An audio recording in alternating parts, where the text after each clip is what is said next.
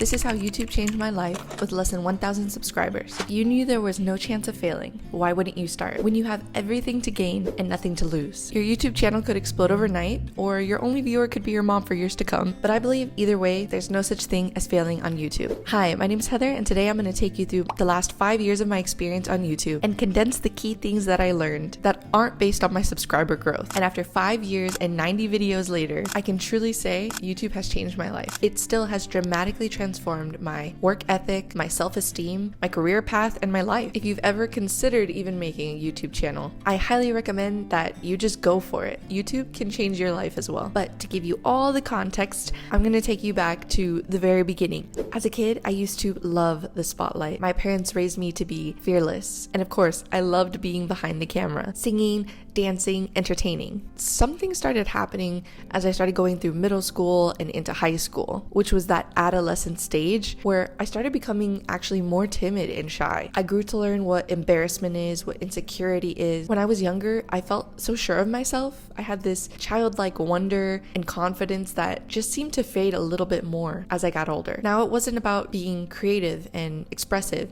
It was about being realistic and following the status quo. And instead of standing out, I just wanted to fit in. Up until recently, I had even stopped describing myself as creative altogether. I would look at others and how creative they were, and I would think, I could never do something like that. It wasn't until I started my self-development journey 3 years ago where I started doing a lot of self-reflecting on what happened to my confidence. What did I want to be when no one else was watching? And I started to realize the old me didn't even feel like she had the authority to be creative anymore. I was such a closed off person, and I wasn't allowing my personal creativity to flow. I had lost my way of self-expression, and therefore I was bottling up a lot of my emotions. By not exercising your creativity, it can turn into a faucet that is turned off completely. And I didn't know how to tap into it and turn it on again. Not to mention, going on YouTube and making videos would lead me to the fear of possibly getting judged and not being accepted. But I started to think about why I enjoy YouTube. I grew up using YouTube as a source of knowledge and advice. It was a sense of comfort, especially when I was watching my favorite lifestyle YouTubers like Ava Jules, Emma Chamberlain, and Best Dressed. I'm the type of person that has spent more time watching YouTube than TV shows or movies because I love the human aspect of it. The way you can see a person's personality and their editing style, their music choice, their shot and camera angles, even their sound effects. And I wanted to be a part of that for so long. But the point is, I never had the courage. So really, it was reflecting inward and deciding what was it that was holding me back. And you know what's funny? Every time I almost started a YouTube, I would tell myself it's probably too late to start a YouTube channel. Even in 2018, when I finally started, can you believe I thought that was too late?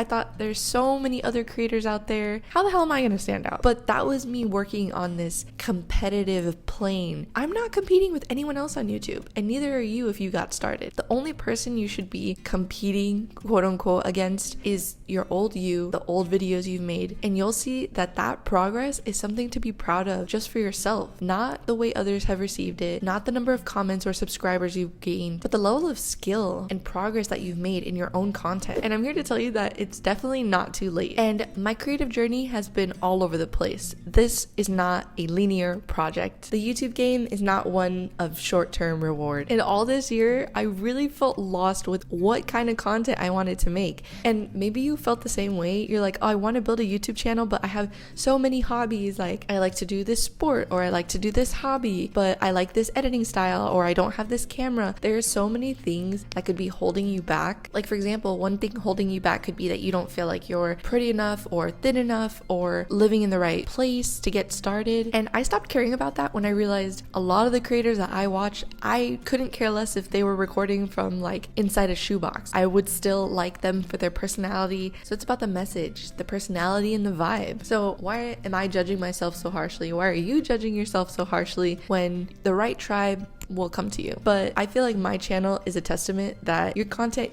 will and can be all over the place when you first get started until you start to refine it. And I felt so uncomfortable at first making videos and putting myself out online, especially when I felt like I was speaking to no one and I was just talking to a camera and no one else was at the other end of those videos. That took me hours to shoot and edit. And not gonna lie, it did bring up some uncomfortable feelings in myself, because when you first post any type of content, you immediately expect a good performance because people should be able to recognize how much effort you put into it, right? But it's a long-term game. And after sitting through that discomfort, I really start to build resilience. I knew more than ever that I have to care more about my opinion than the opinions of others. I started to post videos and be extremely proud of what I had produced. By the time I hit publish, I didn't even care as much about how the public received it, because I knew that I had a great message. I had learned some new editing technique or tried a new hook, and that meant so much to me. The fact that every video that I published, I felt like I know I'm getting better at this. Recently, I started reading The Creative Act by Rick Rubin. Rubin says, if you start from the position that there's no right or wrong,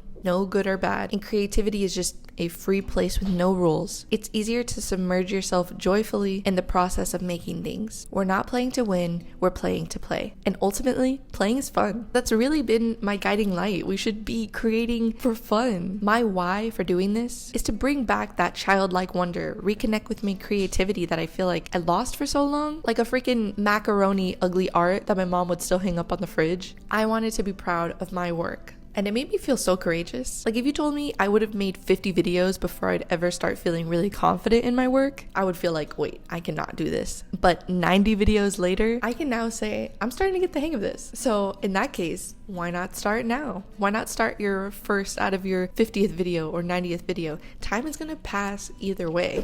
And I'm at the point where I'm starting to notice these changes in so many other parts of my life as well. For example, in my personal relationships, it's allowed me to be more vulnerable with the people that I love and care about.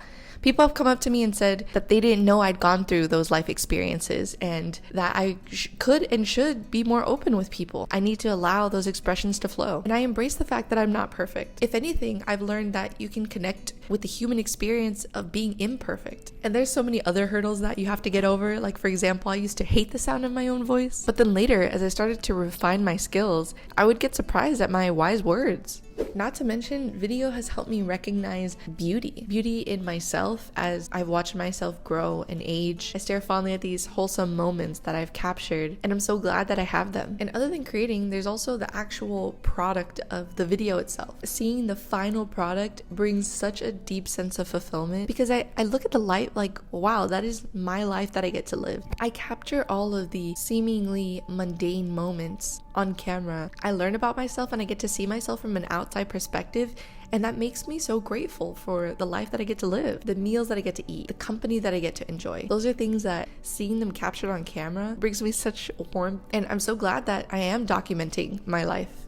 All of this compiled has turned into a lifelong skill set. I learned to improve my editing. I learned how to get better scenes and capture different feelings with framing techniques. I started to script more and refine my ideas so they were more cohesive. Any business or product you imagine can benefit from well-produced media, but not everyone has the skills necessary to create a compelling video from start to finish. For example, in Hollywood, they have a specialized group one for writing scripts, one for directing, one for hitting record, and one for editing, and one for marketing and production. As a YouTuber, you're doing all of those things. You wear so many hats. The fact that we can do it all at once is remarkable. You're doing the job that countless other team members are doing, and you're getting better and better at it every day. As a video creator, I've had people reach out to me for all sorts of side projects that weren't just related to my YouTube channel. I've created UGC videos, and these are videos that are posted to other people's channels in the form of TikToks or YouTube. I've been hired to do brand deals for fast food restaurants like Schlotsky's and Whataburger. And with all of my previous video creation and media experience, I now have a lasting skill set that's earned me well over $25,000 to date. So even if I have yet to earn a single cent from YouTube, the skills I've learned are invaluable and have proved lucrative in many other ways, just from putting myself out there. And this is transferable to other career paths. It's contributed to my skills in marketing, which is my 9-to-5 job as well. Right now, I balance my job in marketing along with my side hustle of being a content creator. And it's really cool to notice the crossover between the two. I'm so fortunate to say that I have a path that I'm really happy and equally as passionate about.